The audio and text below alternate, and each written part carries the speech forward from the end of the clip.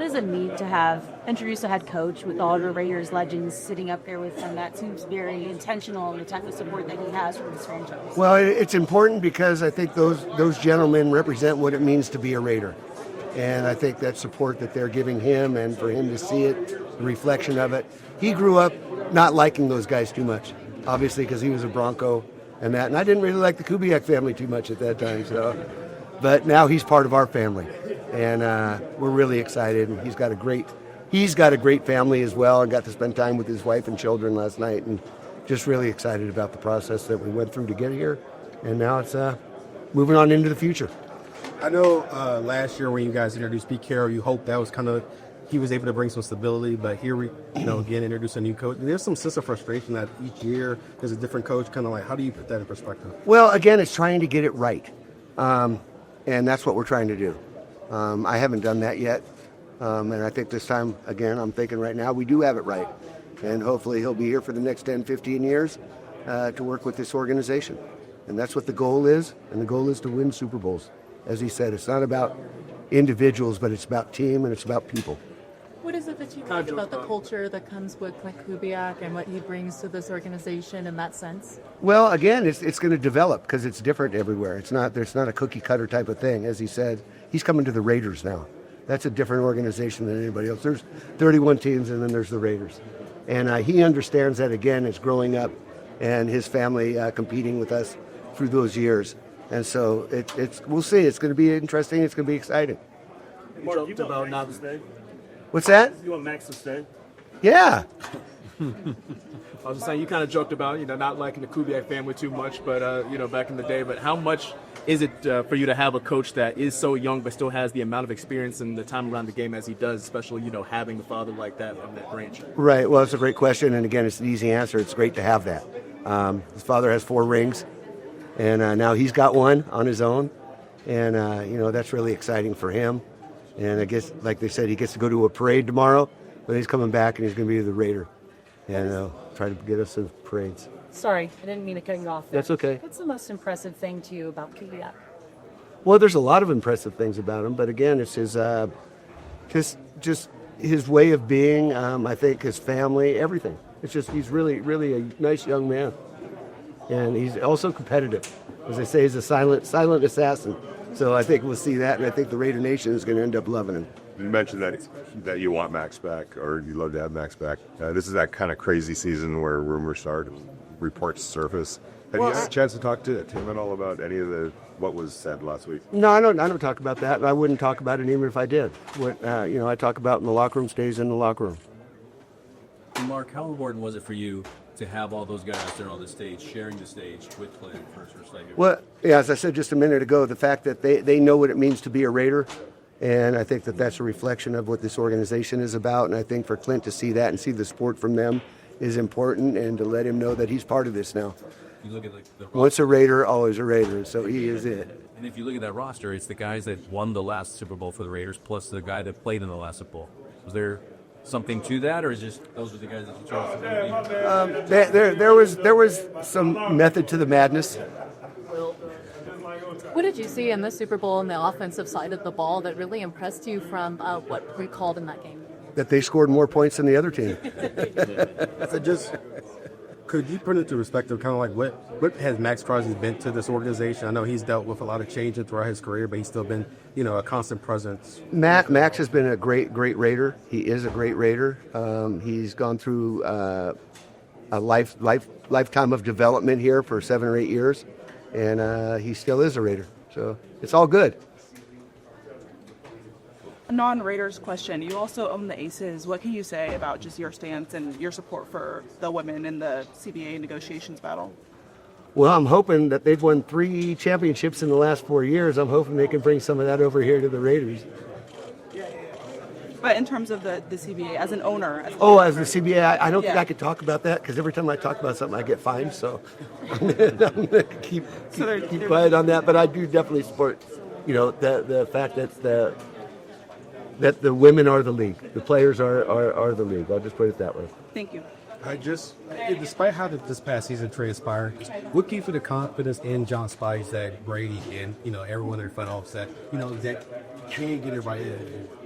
Well, again, I think at the beginning of last year, we talked about, or this year as well, talked about the infrastructure of the organization. Mike here, Melman, Egon Durbin coming in as owners, partners, along with Tom Brady. Tom is a partner that is football oriented and knows football better than probably anybody right now. To have him part of the organization, Mike in business and hospitality and everything knows more about it than I think anybody I know. Egon is a very accomplished businessman in his own right, and they bring a different structure to the organization and different tools to the organization that gives us the ability to grow on the field and off. And so it's an exciting time right now. And do you, like, after this year, do you expect Tom Brady to have a little bit more increased role? I know, or do you expect him to be in a little bit more in the offseason compared to maybe last year? I think we'll wait and find out. Okay. When you look at the history of the organization, you say it's been in Vegas. Where does today, where does this coach, where does the direction that the franchise is going kind of stack up? Well, again, it's always the greatness of the Raiders is in its future, and that's what we're hoping to get. For the last 43 years or whatever, we failed at the goal of winning a championship, and that's really what it's all about. As I've always said, is that there's one team that wins every year, and that was Seattle this year. The rest of us are looking for answers, and that's what we've got to do, find the answers. Are you hopeful? Every year I am. The thing about sports in general and a team is it's cyclical and linear. And when I say it's cyclical, every year you get a new chance. Okay, it's a new season. We're undefeated right now and all of that. But it's also linear in that it's 40 years since we've achieved the goal that we're after. So it's kind of a bipolar type of thing. But there's hope. And I feel really good about the structure of the organization and where we're at and the people that are involved. And that's really the most important part is people. And so it's exciting. Kind of along those same lines, what can you share with us about the vision that Klint laid out for what he plans to do with this team and to build the foundation going forward to give you confidence that he's the guy to get you guys on track?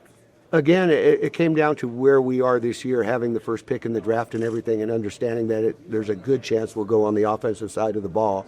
So it might be a good chance that we would want a young offensive mind that could grow with somebody is what started in my mind, that's the direction we wanted to go. But at the same time, he had to win the job. It's just because there were some really good candidates that we spoke to.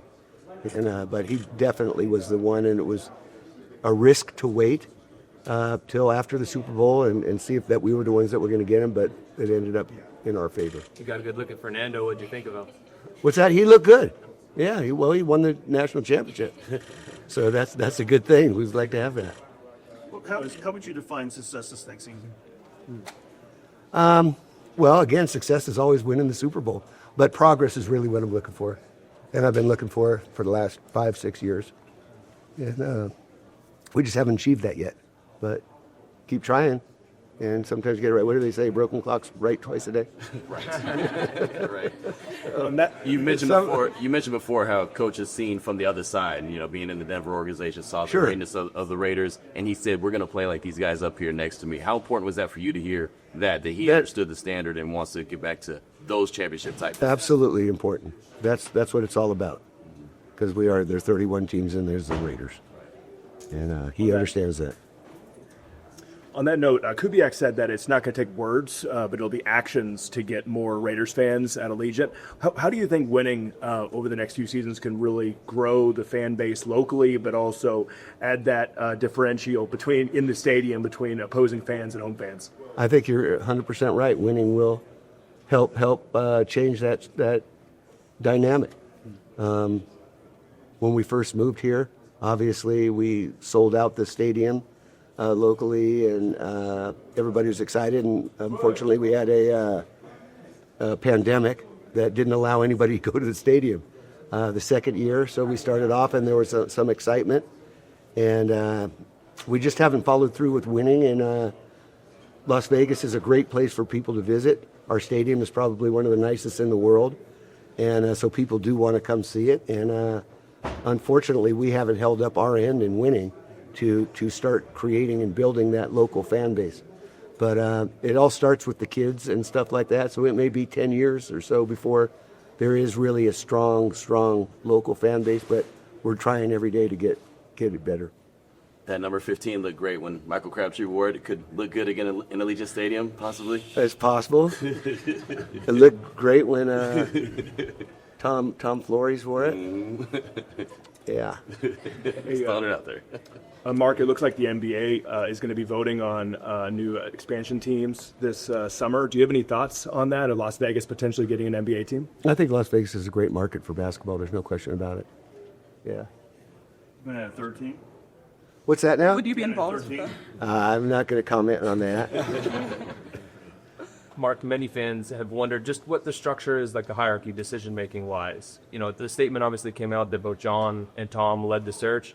How would you describe the hierarchy of decision-making and kind of where everything flows down, I guess? That's right where it is. Tom and John are running the football side of this building. So that means, And that's been pretty clear. so that means Clint will report to John and Brady. What's that? So Clint will report to his Yeah, to the GM. Tom, yeah.